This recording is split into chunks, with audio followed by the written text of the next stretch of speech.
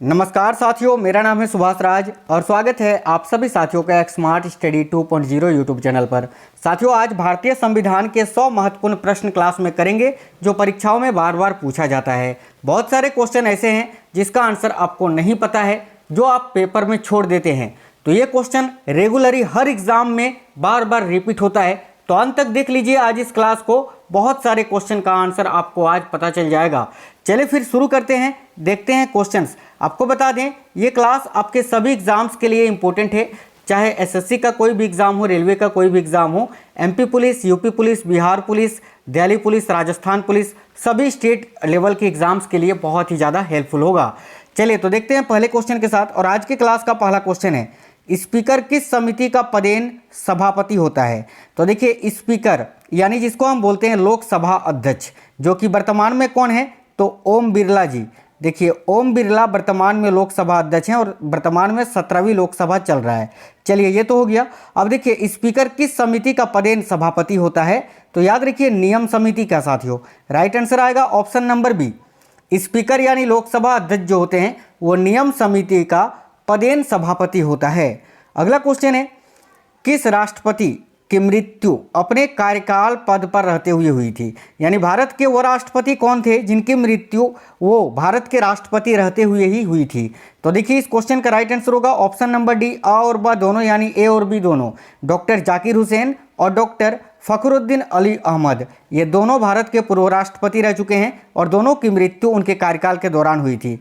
अगला क्वेश्चन है, स्पीकर की अनुपस्थिति में संसद के दोनों सदनों की संयुक्त बैठक की अध्यक्षता कौन करता है? देखिए संसद का जो दोनों सदन की बैठक होती है, ठीक है, संयुक्त अधिवेशन, उसकी अध्यक्षता कौन करता है? तो लोकसभा अध्यक्ष करता है, आपने पढ़ा होगा। लेकिन क्वेश्चन में बोला है जब लोकसभा अध्यक्ष अनुपस्थित रहेंगे, माफी चाहते हैं, यानी वो उपस्थित नहीं रहेंगे, तब दोनों सदनों की संयुक्त बैठक की अध्यक्षता कौन करेगा? तो याद रखिएगा लोकसभा का उप स्पीकर, ठीक है, लोकसभा के उप स्पीकर। चलिए अगला क्वेश्चन है, वर्तमान लोकसभा में सीटों का बंटवारा किस जनगणना के आधार पर किया गया है? तो वर्तमान में लोकसभा में जो सीटें आवंटित की गई है वो साथियों याद रखिएगा 1971 के जनगणना के आधार पर है और ये कब तक वैसा ही रहेगा? तो 2026 तक। 2026 तक इसमें कोई चेंज नहीं होगा, ठीक है। अगला है, किस विधेयक द्वारा सरकार को राजस्व एकत्रित करने का अधिकार प्रदान किया गया है? काफ़ी इंपॉर्टेंट क्वेश्चन है। तो देखिए किस विधेयक द्वारा सरकार को राजस्व एकत्रित करने का अधिकार प्रदान किया गया है? तो याद रखिए वित्त विधेयक के द्वारा। राइट आंसर है ऑप्शन नंबर बी, वित्त विधेयक। बम्बई, मद्रास तथा कलकत्ता उच्च न्यायालयों की स्थापना कब की गई? तो देखिएगा बम्बई, मद्रास तथा कलकत्ता उच्च न्यायालयों की स्थापना कब की गई थी? तो साथियों 1861 में। सन 1861 में इन तीनों उच्च न्यायालयों की स्थापना की गई थी, याद रखिएगा। देखिए प्रथम अल्पसंख्यक आयोग की स्थापना कब की गई? तो ये देखिएगा प्रथम अल्पसंख्यक आयोग की स्थापना की गई थी 1979 में। 1969 याद रखिए, option number D correct answer हो जाएगा। नेक्स्ट क्वेश्चन है, संसद द्वारा पारित विधेयक पर राष्ट्रपति किस प्रकार की वीटो का प्रयोग करता है? देखिए संसद के द्वारा जो विधेयक पारित होता है उस पर भारत के राष्ट्रपति किस प्रकार के वीटो का प्रयोग कर सकता है? तो याद रखिएगा उपयुक्त सभी, देखिए सीमित वीटो, स्थगन वीटो और जेबी वीटो, ये सभी प्रकार के वीटो का, ठीक है। अगला क्वेश्चन है, इनमें से कौन सी शक्ति सर्वोच्च न्यायालय को प्राप्त है? तो ध्यान से देखिएगा साथियों, इनमें से कौन सी शक्ति है जो सर्वोच्च न्यायालय को प्राप्त है? तो राइट आंसर है ऑप्शन नंबर ए, न्यायिक पुनर्विलोकन अधिकार, ठीक है, ऑप्शन नंबर ए करेक्ट होगा। अगला क्वेश्चन है, संविधान के किस अनुच्छेद में भारत रत्न, पद्मश्री इत्यादि अलंकृत उपाधियों की स्थापना की गई है? तो देखिए इसका राइट आंसर हो जाएगा अनुच्छेद 18। भारतीय संविधान के आर्टिकल 18 के अंतर्गत जो है साथियों भारत रत्न, पद्मश्री, पद्म विभूषण ये सब पुरस्कार दिया जाता है। अगला क्वेश्चन है, भारत के कितने राज्यों में विधान परिषदें हैं? तो देखिए भारत के कुल 6 राज्यों में विधान परिषद है, याद रखिएगा ऑप्शन नंबर सी करेक्ट हो जाएगा, ठीक है। मैं आपको बता दूंगा कौन कौन से राज्य है, आगे क्लास में एक और क्वेश्चन ऐड है इससे रिलेटेड। अगला क्वेश्चन है, प्रशासनिक प्राधिकरण के निर्णय के विरुद्ध कोई भी पीड़ित सरकारी कर्मचारी किसके सम्मुख अपील कर सकता है? वेरी वेरी इंपॉर्टेंट क्वेश्चन है। तो याद रखिए सर्वोच्च न्यायालय के सम्मुख, है ना। देखिए प्रशासनिक प्राधिकरण के निर्णय के विरुद्ध कोई भी पीड़ित सरकारी कर्मचारी जो होता है वो किसके सम्मुख अपील कर सकता है? तो सर्वोच्च न्यायालय के।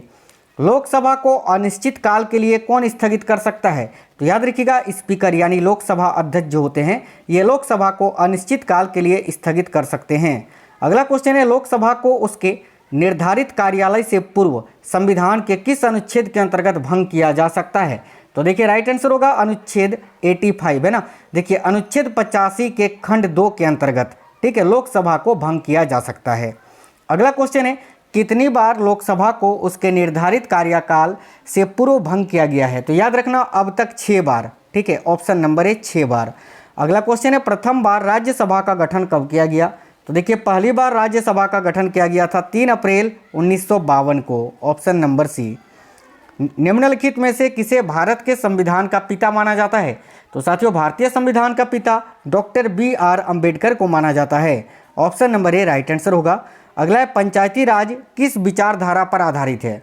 तो देखिए पंचायती राज जो है याद रखिएगा लोकतांत्रिक, देखिए लोकतांत्रिक विकेंद्रीकरण पर आधारित है साथियों, राइट आंसर होगा ऑप्शन नंबर सी। याद रखिए लोकतांत्रिक विकेंद्रीकरण पर। अगला क्वेश्चन है पंचायती राज की सबसे निचली इकाई कौन सी होती है? तो देखिए पंचायती राज की सबसे निचली इकाई होती है ग्राम पंचायत ठीक है। उसके बाद आता है साथियों आपका पंचायत समिति और सबसे सर्वोच्च होता है जिला परिषद ठीक है। तो राइट आंसर होगा ऑप्शन नंबर ए। सबसे निचली पूछे तो ग्राम पंचायत और सबसे उच्च पूछे तो जिला परिषद। याद रखिएगा संविधान की 10वीं अनुसूची किस संशोधन द्वारा जोड़ी गई? तो देखिए संविधान की जो 10वीं अनुसूची है इसको किस संशोधन से जोड़ा गया था? तो याद रखिएगा साथियों 52वें संविधान संशोधन के द्वारा ठीक है। 10वीं अनुसूची में क्या बताया गया है? तो देखिए दल बदल विरोध कानून के बारे में, दल बदल कानून के बारे में। और इसको कब जोड़ा गया था? तो 1986 ईस्वी में, याद रखिएगा। अगला है निचली फौजदार अदालतों के शिखर पर कौन सी अदालत है? तो सबसे निचली अदालत जो होती है वो कौन सी होती है? तो देखिए करेक्ट आंसर होगा सेशन जज की अदालत ठीक है। सेशन जज की अदालत सबसे निचला होता है। उसके बाद बीच बीच में आता है आपका जिला जज का अदालत और उसके ऊपर होता है राज्य का उच्च न्यायालय ठीक है। ये सबसे उच्च होता है राज्य में। और अगर केंद्र में पूछे तो देखिए उच्च न्यायालय के बाद सबसे ऊपर केवल एक ही उच्च न्यायालय है और वो है आपका SC यानी सुप्रीम कोर्ट, याद रखिएगा। अगला क्वेश्चन है भारतीय संसद के ऊपरी सदन यानी अपर हाउस को क्या कहा जाता है? सिंपल सा क्वेश्चन है। देखिए साथियों भारतीय संविधान की ऊपरी सदन को क्या कहा जाता है? तो राज्यसभा कहा जाता है। यानी इस क्वेश्चन का करेक्ट आंसर हो जाएगा राज्यसभा, ऑप्शन नंबर बी बिल्कुल करेक्ट आंसर हो जाएगा। आज का अगला क्वेश्चन है मंत्रिपरिषद सामूहिक रूप से किसके प्रति उत्तरदायी होते हैं? तो देखिए मंत्रिपरिषद जो होते हैं ये सामूहिक रूप से साथियों किसके प्रति उत्तरदायी होते हैं? तो याद रखिएगा लोकसभा के प्रति। तो राइट आंसर हो जाएगा ऑप्शन नंबर सी। याद रखिएगा सभी साथी लोकसभा के प्रति। बहुत ही अच्छा क्वेश्चन है, बहुत ज़्यादा पूछा जाता है तो याद रखिएगा। नेक्स्ट क्वेश्चन है लोकसभा की अधिकतम सदस्य संख्या कितनी हो सकती है? Members of Lok Sabha. देखिए तो लोकसभा की अधिकतम सदस्य संख्या जो है ये 552 हो सकती है, इससे अधिक नहीं, याद रखिएगा 552। राज्यसभा का पूछे तो याद रखिएगा 250 अधिकतम संख्या होता है। नेक्स्ट क्वेश्चन है किसी विधेयक को धन विधेयक के रूप में कौन प्रमाणित करता है? यानी यह कौन निर्णय लेता है कि यह विधेयक एक धन विधेयक है? तो याद रखिए स्पीकर यानी लोकसभा अध्यक्ष, ऑप्शन नंबर बी। केंद्र सरकार का प्रथम विधि अधिकारी कौन होता है? तो राइट आंसर होगा महान्यायवादी यानी अटॉर्नी जनरल ऑफ इंडिया, याद रखिए। नेक्स्ट क्वेश्चन देखते हैं। तो अगला क्वेश्चन है स्वतंत्र भारत के पहले भारतीय गवर्नर जनरल कौन थे? तो स्वतंत्र भारत के पहले भारतीय गवर्नर जनरल कौन थे? तो C Rajagopalachari, option number A. Next question है राज्य की कार्यपालिका का प्रमुख कौन होता है? तो देखिए राज्य की जो कार्यपालिका होती है उसका प्रमुख होता है साथियों राज्यपाल, याद रखना ऑप्शन नंबर बी। नेक्स्ट है भारत का नियंत्रक एवं महालेखा परीक्षक की नियुक्ति किसके द्वारा नियुक्त किया जाता है? तो भारत का नियंत्रक एवं महालेखा परीक्षक ये किसके द्वारा नियुक्त किया जाता है? याद रखिएगा भारत के राष्ट्रपति के द्वारा, ऑप्शन नंबर बी। और इसका प्रावधान देखिएगा, इनकी नियुक्ति साथियों संविधान के अनुच्छेद 148 के तहत भारत के राष्ट्रपति करते हैं, याद रखिएगा ऑप्शन नंबर बी करेक्ट हो जाएगा। अगला क्वेश्चन है भारत का उच्चतम न्यायालय कहाँ अवस्थित है? तो देखिए भारत का जो सुप्रीम कोर्ट है ये नई दिल्ली में स्थित है, तो राइट है ऑप्शन नंबर ए नई दिल्ली। भारत के सर्वोच्च न्यायालय में न्यायाधीशों की कुल संख्या कितनी है? तो देखिए राइट आंसर हो जाएगा 34 साथियों, 33 अन्य न्यायाधीश और एक मुख्य न्यायाधीश यानी टोटल 34। अगला क्वेश्चन देखते हैं किस उच्च न्यायालय की आधिकारिकता सर्वाधिक क्षेत्रों पर है? तो इनमें से कौन सा उच्च न्यायालय है जिसकी आधिकारिकता सर्वाधिक क्षेत्रों पर है? तो याद रखिएगा गुवाहाटी उच्च न्यायालय की। Option number C. संविधान के किस अनुच्छेद के द्वारा राष्ट्रपति को सर्वोच्च न्यायालय से परामर्श मांगने का अधिकार प्राप्त है? यह भी क्वेश्चन बहुत ज़्यादा पूछा जाता है। तो याद रखिएगा संविधान के अनुच्छेद 143 के अंतर्गत, ठीक है, आर्टिकल 143। नेक्स्ट है, भारत में अब तक कितनी बार राष्ट्रीय आपात घोषणा की जा चुकी है? तो देखिए नेशनल इमरजेंसी अनाउंसमेंट अब तक कितनी बार की जा चुकी है? तो याद रखिएगा सभी 3 बार। देखिए पहली बार 1962 में, दूसरी 1962 है ना 62, और दूसरी बार 1971 में, और तीसरी बार 1975 में। अब तक 3 बार। और संविधान के किस अनुच्छेद के तहत राष्ट्रीय आपातकाल लगाया जाता है? तो अनुच्छेद 352 के अंतर्गत, याद रखिएगा। नेक्स्ट है, देखिए क्वेश्चन आ ही गया, भारत में राष्ट्रपति किस अनुच्छेद के अंतर्गत देश में राष्ट्रीय आपात की घोषणा कर सकता है? तो राइट आंसर हो जाएगा अनुच्छेद 352 के अंतर्गत। 356 में राष्ट्रपति शासन, ठीक है, और 360 में वित्तीय आपात, और 368 में क्या बताया गया है? तो संविधान में संशोधन के बारे में। अगला है, दल बदल से संबंधित कानून का उल्लेख किस अनुसूची में है? अभी मैंने आपको बताया था 10वीं अनुसूची, जिसको साथियों जोड़ा गया था कब? बिल्कुल 1986 में जोड़ा गया था, ठीक है, याद रखिएगा 52वें संविधान संशोधन अधिनियम के तहत। नेक्स्ट क्वेश्चन देखते हैं, संविधान द्वारा कितनी भाषाओं को मान्यता प्रदान की गई है? तो देखिए राइट आंसर हो जाएगा 22 भाषाओं को। ऑप्शन नंबर सी। 73वां संविधान संशोधन किससे संबंधित है? तो देखिए 73वां संविधान संशोधन अधिनियम ये पंचायती राज से संबंधित है। Option number D. वित्त आयोग के गठन का प्रावधान किस अनुच्छेद में है? तो राइट आंसर है अनुच्छेद 280 में, याद रखिएगा। अगला है, राष्ट्रीय विकास परिषद की स्थापना कब की गई थी? तो देखिए करेक्ट आंसर हो जाएगा साथियों 1952 में, ठीक है, और 1952 करेक्ट है। अगला है, भाषा के आधार पर गठित भारत का पहला राज्य का नाम बताइए? तो आंध्र प्रदेश, जो 1956 में भाषाई आधार पर बनने वाला पहला राज्य था। स्वतंत्र भारत में प्रथम निर्वाचन आयुक्त कौन थे? तो स्वतंत्र भारत के प्रथम निर्वाचन आयुक्त थे Sukumar Sen. Option number B correct हो जाएगा। संसद द्वारा देश में सूचना पाने का अधिकार संबंधी विधेयक कब पारित किया गया था? यानी आरटीआई जो है, राइट टू इन्फॉर्मेशन, ये कब पारित किया गया था? तो जून 2005 में, याद रखिएगा। नेक्स्ट क्वेश्चन है, नागरिक संशोधन विधेयक। देखिए नागरिक संशोधन विधेयक 2019 लोकसभा में पास होने वाला कौन सा संविधान संशोधन बिल है? तो देखिए नागरिक संशोधन विधेयक जो 2019 में लोकसभा में पास हुआ था, ये कौन सा संविधान संशोधन बिल है? तो देखिए करेक्ट आंसर हो जाएगा साथियों 126वां, ठीक है। देखिए 6 बार जो है ना साथियों, 6 बार अब तक नागरिक संशोधन हो चुका है। पहला आपका हुआ था, देखिए मैंने लिखा था शायद, एक सेकंड, देखिए 5 बार, पहला 5 बार तो हुआ था। एक पहला हुआ था 1986 में, दूसरा 1992 में, तीसरा 2003 में, चौथा 2005 में, और पांचवा 2015 में, और छठवां हुआ था 2019 में। नेक्स्ट है, किस उच्च न्यायालय में सर्वाधिक संख्या में न्यायाधीश कार्यरत हैं?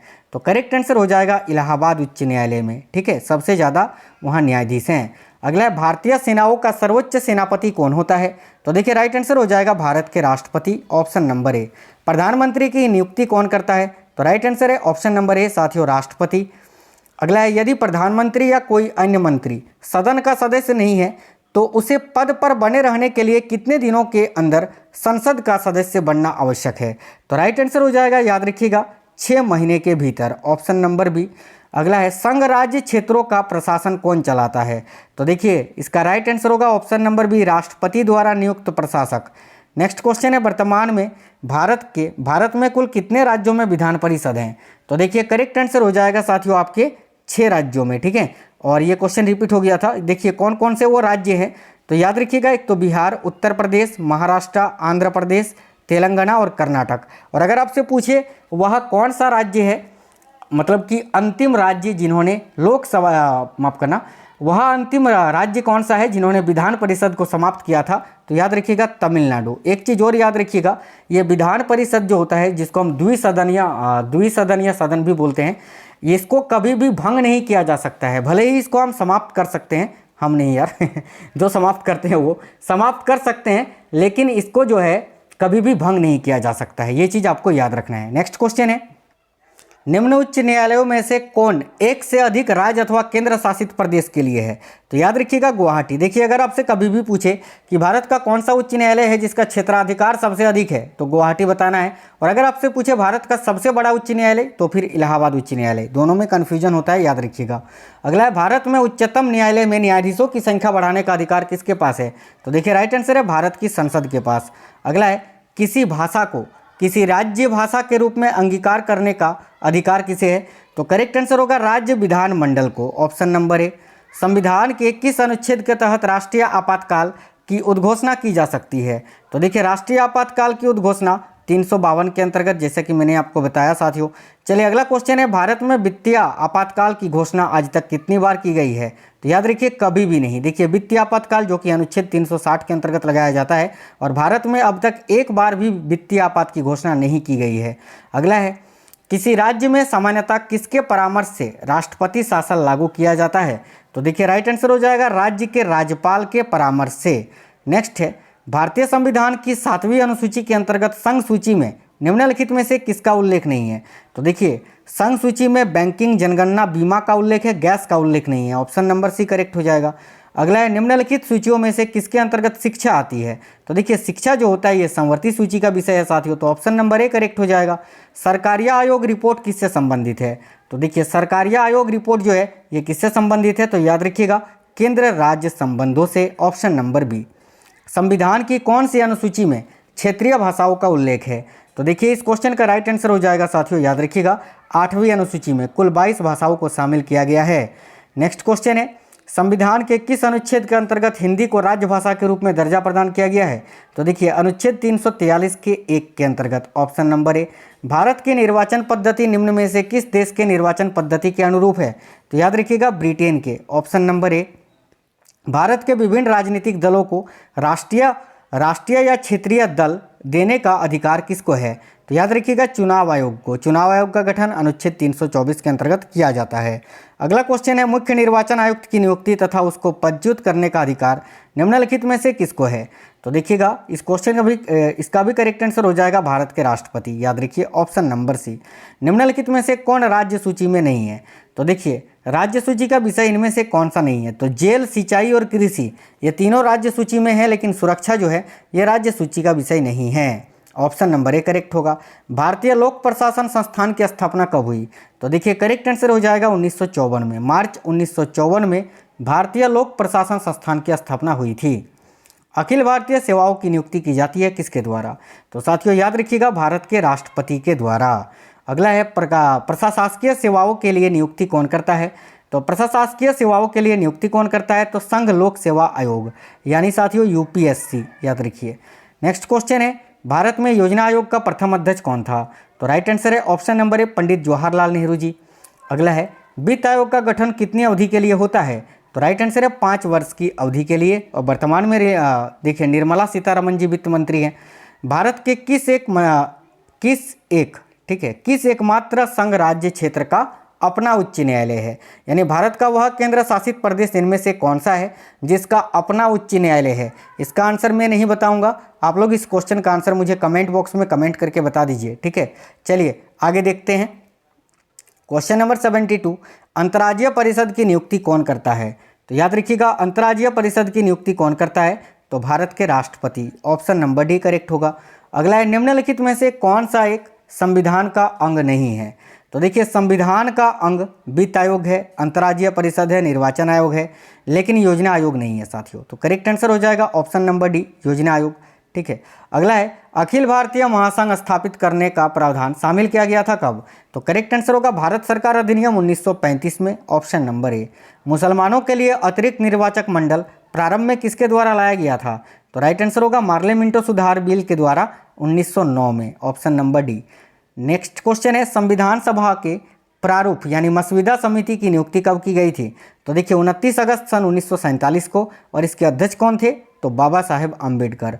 भारतीय संविधान में संवर्ती सूची किसके संविधान से ली गई है, यानी किस देश के संविधान से ली गई है? तो देखिए भारतीय संविधान में जो संवर्ती सूची है इसको ऑस्ट्रेलिया के संविधान से लिया गया है, ऑप्शन नंबर बी। भारतीय संविधान की आत्मा किसे कहा जाता है? तो याद रखिएगा प्रस्तावना को, ऑप्शन नंबर बी राइट है। नेक्स्ट है, भारत में लौकिक सार्वभौमिकता है, क्योंकि संविधान की प्रस्तावना प्रारंभ होती है इन शब्दों से। कौन शब्दों से? तो ऑप्शन नंबर सी, हम भारत के लोग शब्दों से, याद रखिएगा। नेक्स्ट है, भारत की संप्रभुता किसमें निहित होती है? तो देखिए, भारत की जनता में। ऑप्शन नंबर सी राइट है, सिंपल क्वेश्चन है। भारतीय संविधान की उद्देशिका में परिवर्तन किस संशोधन अधिनियम में किया गया था? तो देखिए, भारतीय संविधान की उद्देशिका में परिवर्तन किस संशोधन अधिनियम के द्वारा किया गया था? तो 42वां संविधान संशोधन अधिनियम 1976 के द्वारा। अगला क्वेश्चन है, भारतीय संविधान की संरचना किस प्रकार की है? तो देखिए, भारतीय संविधान की संरचना है कुछ एकात्मक कुछ कठोर, राइट है ऑप्शन नंबर सी।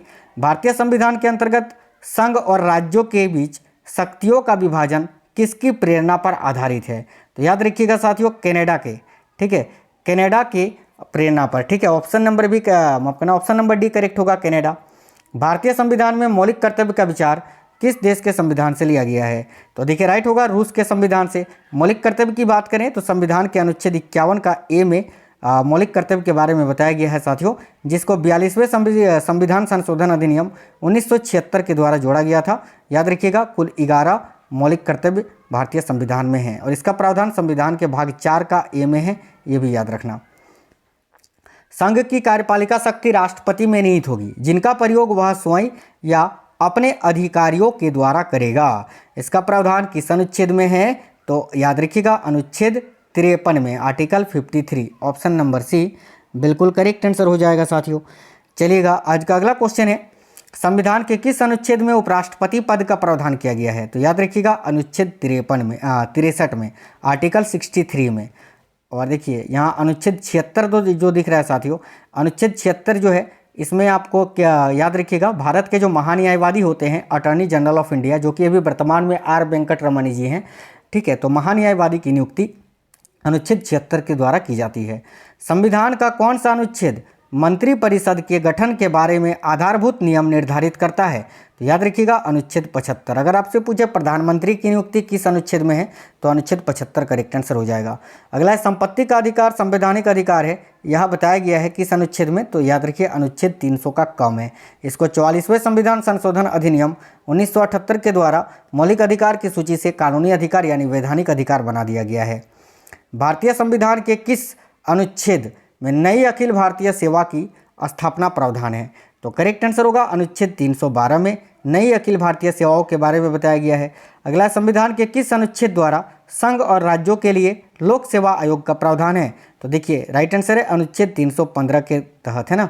अगला है, अनुसूचित जातियों यानी एससी और अनुसूचित जनजातियों यानी एसटी के लिए एक राष्ट्रीय आयोग गठित करने का प्रावधान संविधान के किस अनुच्छेद के अंतर्गत किया गया है? तो देखिए, अनुसूचित जातियों के लिए अनुच्छेद 338 और अनुसूचित जनजातियों के लिए अनुच्छेद 338 का ए। तो राइट होगा ऑप्शन नंबर बी। भारतीय संघ में किसी राज्य को सम्मिलित करने का अधिकार किसके पास होता है? तो याद रखिएगा साथियों, संसद के पास, पार्लियामेंट के पास। नेक्स्ट है, अन्य रजवाड़ों के भारत में विलय के बाद भी किन 3 राज्यों में भारत में शामिल होना विलंबित किया? तो देखिए, भारत में कौन सा 3 राज्य शामिल नहीं हुआ था? तो याद रखिएगा, जूनागढ़, हैदराबाद और जम्मू कश्मीर, इसको बाद में शामिल किया गया था साथियों, ठीक है। देखिए, 500 से अधिक रजवाड़ों यानी देसी रियासतों के भारत में विलय के लिए कौन उत्तरदायी था? तो याद रखिएगा, सरदार वल्लभ भाई पटेल। Option number C. संविधान के प्रवर्तन, देखिए, संविधान के प्रवर्तन के समय राज्यों को 4 श्रेणियों, एक अ, ब, स और द में बांटा गया था। इन श्रेणियों को किस वर्ष समाप्त किया गया था? तो याद रखिएगा साथियों, इस श्रेणियों को 1956 में समाप्त किया गया था। Option number C. किस वर्ष गोवा सहित अन्य पुर्तगाली बस्तियों को भारतीय संघ का राज्य क्षेत्र बनाया गया? तो राइट आंसर हो जाएगा 1961 में। ऑप्शन नंबर ए। अगला है, समान कार्य के लिए समान वेतन भारत के संविधान में सुनिश्चित किया गया एक क्या है? तो राइट आंसर होगा साथियों, ये एक राज्य के नीति निर्देशक सिद्धांत का अंग है। Option number D. भारतीय नागरिकों के लिए एक समान सिविल संहिता प्राप्त करने की बात किस अनुच्छेद में कही गई है? तो राइट है अनुच्छेद 44 में। ऑप्शन नंबर ए। शराबबंदी संविधान की किस धारा में निर्देशित है? तो राइट आंसर होगा साथियों, धारा 47 में। ऑप्शन नंबर बी 47, धारा 47 के तहत शराब को बंद किया गया है या शराबबंदी का निर्देश दिया गया है। अगला क्वेश्चन है, संसद के किस सदन को प्रतिनिधि सभा भी कहा जाता है? तो देखिए, करेक्ट आंसर हो जाएगा साथियों, लोकसभा को। तो साथियों, आज पूरे 100 क्वेश्चन इस क्लास में कंप्लीट हो गए। आपको क्लास कैसा लगा है ज़रूर आप हमें कमेंट बॉक्स में बताइएगा। क्लास को लाइक और अपने सभी दोस्तों के साथ ज़रूर शेयर करिए। चैनल के अंदर बहुत ही इंपॉर्टेंट क्लासेस मैंने करवाए हैं, जाइए और जाकर देख लीजिए। मिलते हैं नेक्स्ट क्लास में, तब तक के लिए जय हिंद, वंदे मातरम।